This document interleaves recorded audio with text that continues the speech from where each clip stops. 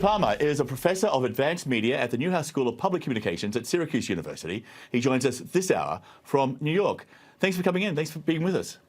My pleasure. So the Supreme Court is looking at Section 230 of the Communications Decency Act.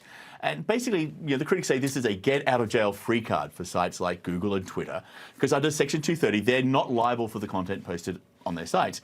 But explain the argument here before the court, which focuses on the algorithms which target users and promotes content. So what are they saying here they are responsible for? What's the argument?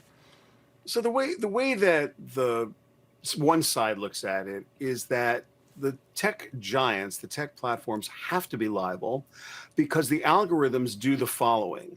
They basically put a sign on YouTube or on any social media site or any platform that says, well, we'll use YouTube as an example. YouTube strongly recommends this content. And if you're recommending the content, and that means that you are a publisher, you are an editor, you are a curator. And if you are the curator, then you are responsible for what it is you're curating. That's the argument on one side. The argument on the other side is that no, we're a tech platform. You wouldn't be held responsible if you're the phone company for someone making a phone call that was containing the wrong kind of communication. So we are a platform like a telecommunications company. And of course, neither one is correct, because the platforms are not telephone companies. Telephone calls are one-to-one between two people, and there's an assumption of privacy. And here you are publishing, you, the user, the consumer, in user-generated content. You are the person who is publishing, and Google, for example, or YouTube allows you to publish. So it's not a gum or a candy, which makes this very complicated because it's not cut and dried. The Communications Decency Act was done in 1996. The world has changed. And with regard to the complexity here, at one point, Justice Elena Kagan seemed to address the elephant in the room. Here she is. Every other industry has to internalize the costs of its conduct. Why is it that the tech industry gets a pass? A little bit unclear. On the other hand, I mean, we're a court. We really don't know about these things. These are not like the 9 greatest experts on the internet. Isn't that something for Congress to do, not the court? Or as the news outlet Axios put it, big tech's future is up to a Supreme Court that doesn't understand it. I mean, should this be an issue for Congress? Are lawmakers on Capitol Hill better equipped to deal with this in any way? First of all, kudos to the Supreme Court of the United States for knowing that this is, something they probably are not experts in, because they aren't.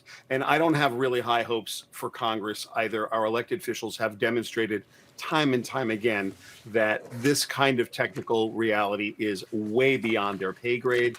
And we never see any kind of serious action. We hear a lot of lip service, but yes is the short answer. Congress should do something about this. There should be a law. There should be a lot of different laws around communications, because the business of communications, telecom, everything to do with the internet, with data privacy, across the entire spectrum of how we do life in the 21st century has changed from a telecom, from a communications perspective. And Congress needs to step in and say, wow, we recognize data sovereignty, data privacy, security issues. We recognize that there is a difference between a publisher and a platform, and it's not cut and dried. And we need to enact laws that will protect those that need to be protected, which is the job of government. We just haven't seen it.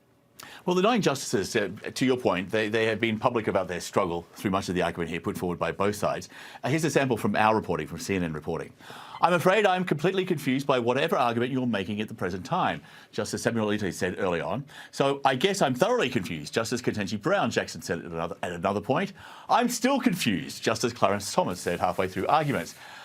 Is there a point here that what makes this so much harder for the justices, they're not just ruling on making a decision on affecting the here and now, they're asking for a ruling that could have implications on the tech world for decades to come, for generations to come into the future. And that is kind of an impossibility in a way. Look, you can make an argument that social media is the best thing that's ever happened to humanity, or you can make an argument that it's the worst thing that's ever happened to humanity, and you can make a strong argument that's convincing on both sides. It's somewhere in the middle. And here, publisher versus platform, it's somewhere in the middle. And nuance is not something that Washington is famous for. So we really do need people who are serious. Look, if you're listening to this right now and you're out in the world, what you need to do is contact your elected officials and let them know how you feel. And if you don't know how you feel about it, you need to read up on it, because we need to let Washington know what we feel and what we want our elected officials to do for us. They're not going to do this on their own. And if you leave them to do it on your own, then the consequences are going to be very long term and maybe not the ones you want. Shelly Palmer, thank you so much for being with us. Really appreciate your insights. Thank you. My pleasure.